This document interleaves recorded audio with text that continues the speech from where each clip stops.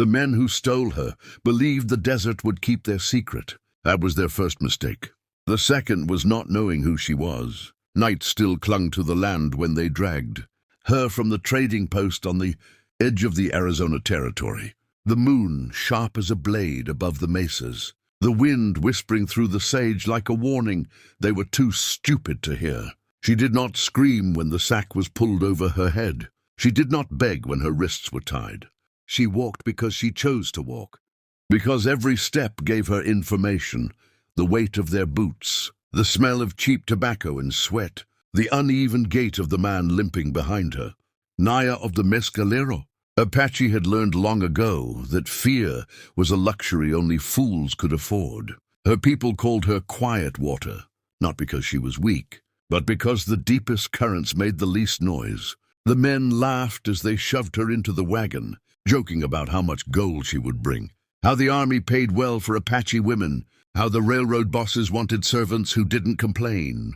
None of them noticed how she tilted her head toward the horizon, how she counted the seconds between the owl's cry and the answering call from the rocks.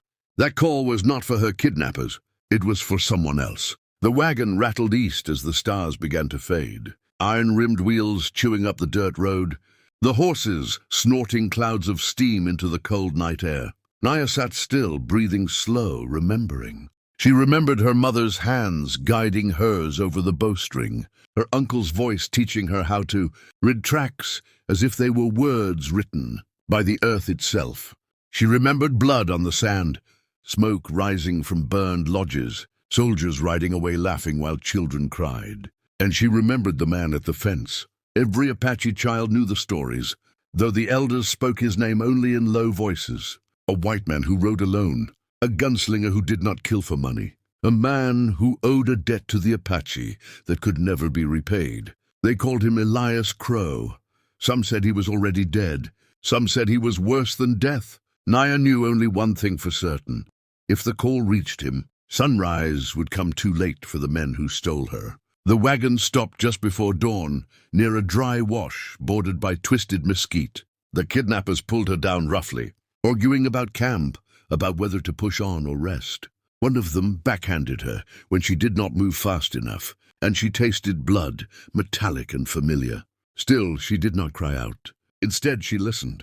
A fence creaked somewhere in the distance, old wood shifting as if touched by a hand. The wind changed. One man cursed, saying he felt watched. Another laughed and told him ghosts didn't shoot back.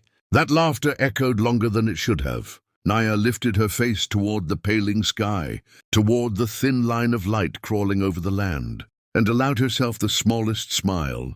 The call had been answered. Elias Crow had been awake long before the men ever laid hands on her.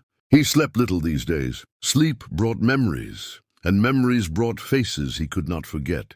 He lived at the edge of nowhere, his shack pressed against a fence that marked land no one truly owned. The fence had been there when he arrived, old and half-fallen, its posts leaning like tired men. He kept it standing because it reminded him of a promise. He was cleaning his revolver when the sound reached him. Not a sound, exactly, but a knowing. The desert spoke to those who listened, and Crow had learned its language the hard way. He stood, coat already in his hands, eyes narrowing toward the east. Apache, a woman taken. His jaw tightened, a scar pulling at the corner of his mouth. He remembered another woman, another night, another failure.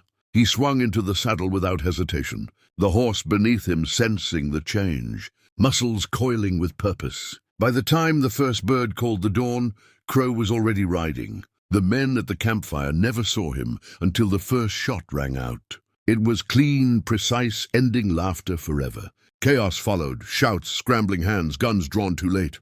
Crow moved like the stories said he did, like something born of dust and vengeance, each bullet finding its mark. He did not speak. He did not need to. When it was over, the sun had just crested the horizon, painting the land in golden blood. Naya stood free, the ropes cut, the sack removed.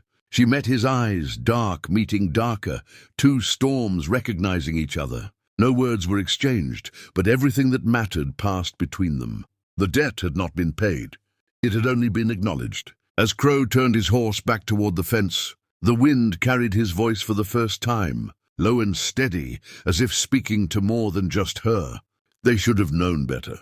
And if this story already has your heart pounding, if you want to know what happens when the past finally catches up with a legend, don't forget to subscribe to the channel, because what comes next will change everything. The sun climbed higher, but the heat did not chase away the cold that lived in Elias Crow's bones. He rode with Naya beside him, not behind, because he knew better than to treat an Apache woman like cargo. The land opened wide before them, red earth, broken stone, distant mesas standing like silent witnesses. Neither of them spoke for a long time. Words were unnecessary when the past walked so close between two people. Crow could feel her eyes on him now and then, measuring, remembering. He wondered how much she knew. He suspected she knew more than he wished. They reached the fence by mid-morning. It stretched crookedly across the land, a useless scar meant to divide what could never be divided. Crow dismounted and leaned his forearm against one of the posts. Naya stepped closer, her presence steady, unafraid. The wind stirred her dark hair, carrying the scent of sage and dust. At last she spoke, her voice calm but sharp enough to cut stone. "You are the man my people whisper about," she said. "The one who stood at the river when the soldiers came. The one who chose the wrong side too late.